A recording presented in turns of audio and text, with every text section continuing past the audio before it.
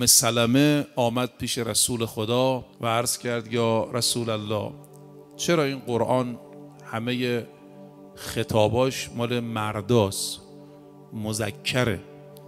یا ایها الذین آمنو، آمنو مذکره دیگه، اسلمو مذکره، کتب علیکم، کم مذکره، الصیام.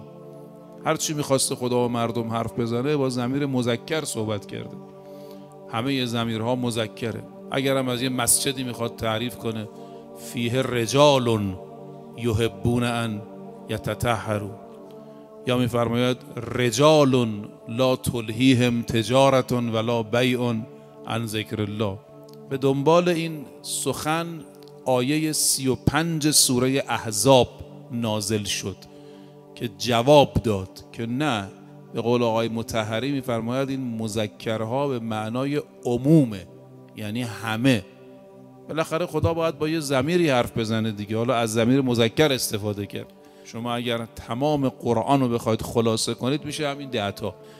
این آیه جواب داد 10 چیزو که تقریبا همه ارزشام تو همین 10 تاست. ان المسلمین والمسلمات والمؤمنین والمؤمنات والقانتین والقانتات، 4 والصادقین والصادقات، 5 والصابرین والصابرات، 6 والخاشعین والخاشعات، 7 والمتصدقین والمتصدقات، 8 قرآن کریم میفرماید والصائمین والصائمات، 9 والحافظین لفروجهم والحافظات، و 10 والذاکرین الله کثیرا والذاکرات. ببینید ذکر دیگه از اینا که بیشتر نیست. اعد لهم، خدا میفرماید برای اینا ما آماده کردیم مغفرتا و اجرا عظیما.